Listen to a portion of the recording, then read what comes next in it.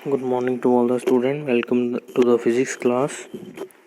Students अपना आज का टॉपिक है electric potential due to point charge. तो बच्चों आज हम इलेक्ट्रिक पोटेंशियल निकालेंगे due to a point charge यानी सोर्स चार्ज। तो हमने जैसे डायग्राम यहाँ पे बताई हुई है, तो इसमें बच्चे ओरिजिन O के ऊपर हमने कोई पॉइंट चार्ज Q रखा हुआ है और हमने कोई भी पॉइंट P ऐसे मान लिया, उसके जैसे P पॉइंट है जो उससे R डिस्टेंस के ऊपर है। तो हमने इस पॉइंट के ऊपर इलेक्ट्रिक पोटेंशियल निकालना है। तो बच्चों उसके बाद हमने कोई भी टेस्ट चार्ज ले आए। टेस्ट चार्ज आप जानते हो, एक सोर्स चार्ज होता है, एक टेस्ट चार्ज होता है। तो एनी स्मॉल टेस्ट चार्ज हम ले आए और किसी भी पॉइंट A पॉइंट है उसके ऊपर उसको रख दिया और उसको हमने स्मॉल डिस्प्लेसमेंट dx से B के ऊपर लेके जाना है। अब बेटा A से जब B के ऊपर लेके जाना है तो we know if we want to displacement then we have to do work. तो यहाँ पे हमें फोर्स लगाना पड़ेगा, वर्क करना पड़ेगा। तो वो फोर्स होगा कितना? तो बच्चों हमें पता है कि यहाँ पे हमें किसके अगेंस्ट फोर्स लगाना पड़ेगा, क्योंकि यहाँ पे ये जो प्लस चार्ज है, ये वाला ये प्लस चार्ज है, ये इस टेस्ट चार्ज के ऊपर फोर्स लगा रहा है इस डायरेक्शन में। तो बच्चों ये जो फोर्स लग रहा है ये कौन सा फोर्स है? This is electrostatic force. तो अगर हम इसको A से लेके B तक लेके जाना चाहते हैं then we have to apply force against this electrostatic force. तो स्टूडेंट्स हमारा फोर्स कितना होना चाहिए? दैट शुड बी इक्वल और more than the this force. तो ये फोर्स कितना है? ये फोर्स है, वी नो दिस, ये हमने कूलम लॉ पढ़ा हुआ है और हमें जानते हैं that this is equal to 1/4πε0 Q0 upon x²। उसके बाद बच्चों हमने वर्क डन निकाल लेना है। वर्क डन कितना आएगा? That will be F.dx। तो ये यहाँ पे हमने वर्क डन निकाल लिया dW। उसके बाद वर्क डन ये है स्मॉल डिस्प्लेसमेंट के लिए, क्योंकि हमने स्मॉल डिस्प्लेसमेंट dx की थी। लेकिन अगर अपने बड़ी डिस्प्लेसमेंट करते हैं तो टोटल वर्क हम निकाल सकते हैं। टोटल वर्क कैसे निकालेंगे? टोटल वर्क कैसे निकालते हैं? Bye integration. तो हम इंटीग्रेट कर देंगे। लिमिट क्या होगी? कहाँ से लेके आए हैं चार्ज हम? इन्फिनिटी से लेके आना है और P पॉइंट के ऊपर रखना है। तो P पॉइंट का डिस्टेंस है R और इन्फिनिटी का तो इन्फिनिटी ही होगा। तो इंटीग्रेशन कर दी, F और dx की वैल्यू F की वैल्यू भर दी। इंटीग्रेशन करके हमारे पास ये फाइनली ये फॉर्मूला आ जाता है। सो ये हमारा वर्क आ गया। उसके बाद पोटेंशियल कैसे निकालते हैं? We know that potential is equal to work done upon में टेस्ट चार्ज। तो हमने अगर टेस्ट चार्ज को डिवाइड किया तो ये हमारे पास फॉर्मूला आ गया पोटेंशियल का। So this is the potential due to point charge and this is inversely proportional to the distance. तो electric potential due to point charge, if the charge is spherically symmetric, as it depends only on the distance of the observation and not on the direction of that point with respect to the point charge। तो ये direction के ऊपर depend नहीं करता, it depend only on the R।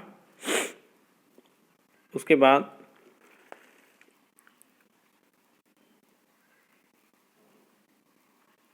ये graph है ई और we का।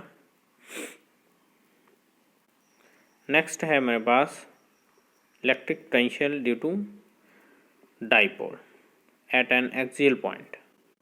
तो ये भी हम निकाल सकते हैं, बहुत आसान है।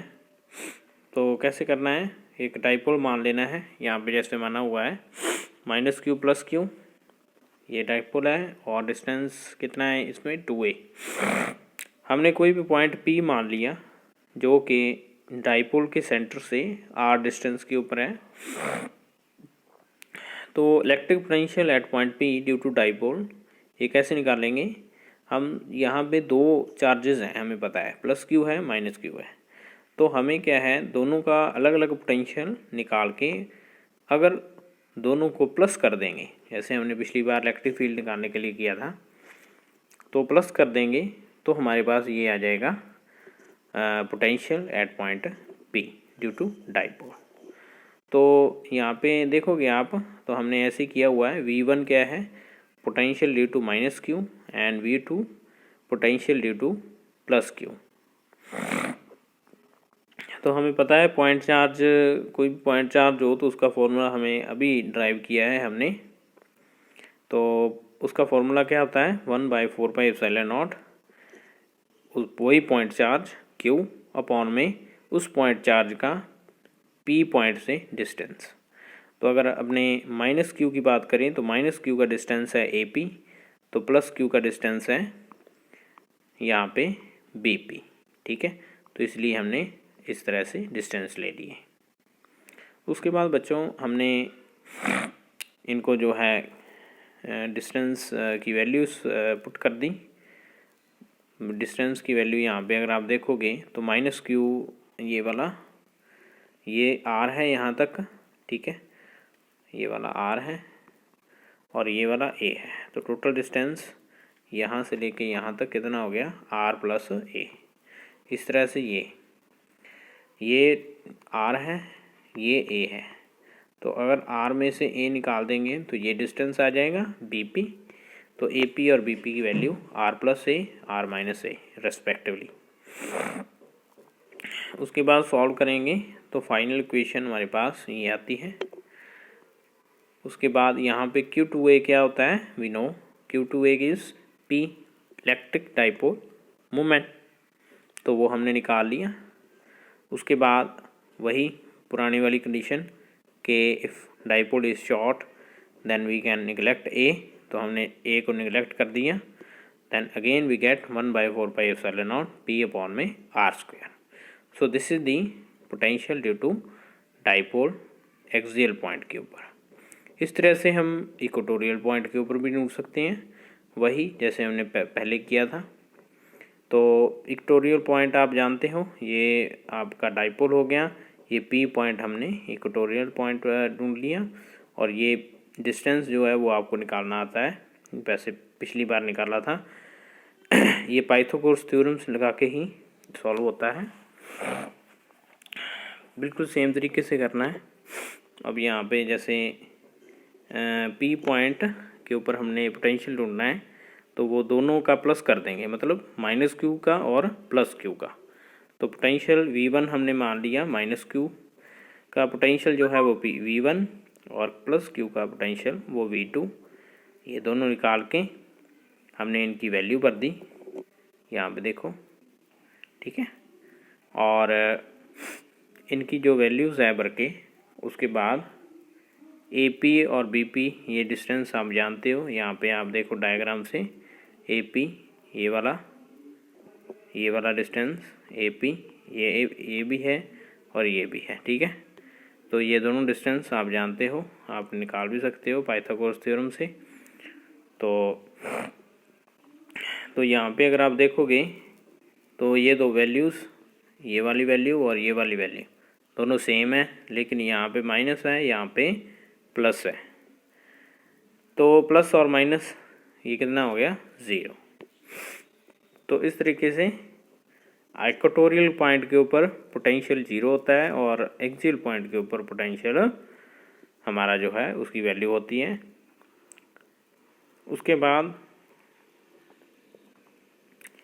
ये हम जैसे नेक्स्ट वीडियो में करेंगे जो electric potential at any general point. Thanks for attending class.